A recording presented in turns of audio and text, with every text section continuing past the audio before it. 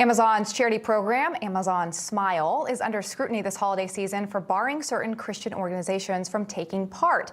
The program allows customers to donate a portion of their purchases to their favorite charity. However, if the leftist Southern Poverty Law Center deems a charitable organization as unworthy, then it'll be banned. This includes our next guest, Christian pro-life organization. Joining me now is the president of the Family Research Council, Tony Perkins. Tony, welcome to the show this evening. All right, so in Amazon Smile, in their fine print, they say this quote: organizations that engage in support, encourage, or promote intolerance, hate, terrorism, violence, money laundering, or other illegal activities are not eligible to participate. Amazon relies on the U.S. Office of Foreign Assets Control and the Southern Poverty Law Center to determine which organizations fall into these groups. They have deemed your group as a part of that list there, saying that you all defame LGBTQ people. How do you respond, Tony?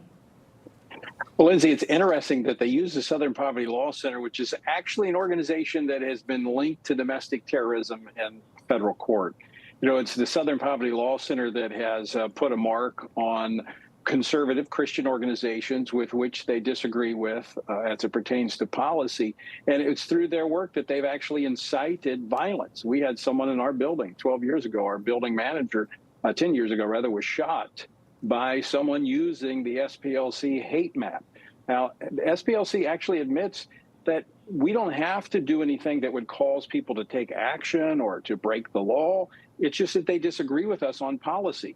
They're the ones who are actually inciting violence, but yet you have Amazon using them as a resource to determine who's eligible for their Smile program.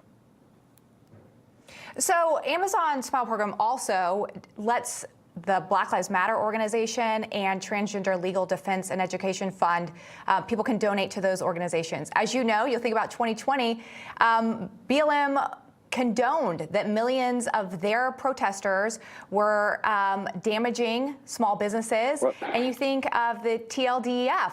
They openly advocate for trans surgeries on minors. Have you talked to Amazon at all, shown this double standard? Yeah, well, double standard. Yeah, right. Do they talk to you? Look, no. In fact, we have not applied for the Smile program. We have not. We've worked with other organizations that have. Alliance Defending Freedom was denied by Smile. The Ruth Institute by Amazon were denied as well. I mean, we were on the list. We figured we wouldn't be approved, so we didn't ask. But we're watching this from a standpoint, as you say, the double standard. I mean, Black Lives Matter. I mean, they helped fuel the most costly civil violence in this country with the burning of businesses, but yet Amazon wants to treat them as a charity. And you talk about the Transgender Legal Defense Fund, where it actually circumvents parents helping minors get mutilating surgeries that are irreversible around the backs of parents. That's the type of stuff that Amazon promotes. But here's what's happening, Lindsay, is we're seeing this growing gap between where Americans stand and where woke corporate America is. I mean, 68% of Americans say, according to a McLaughlin poll recently, that the Christian faith, adherents to the Christian faith, should not have to surrender their beliefs or their traditions to this leftist agenda that's being pushed by corporations.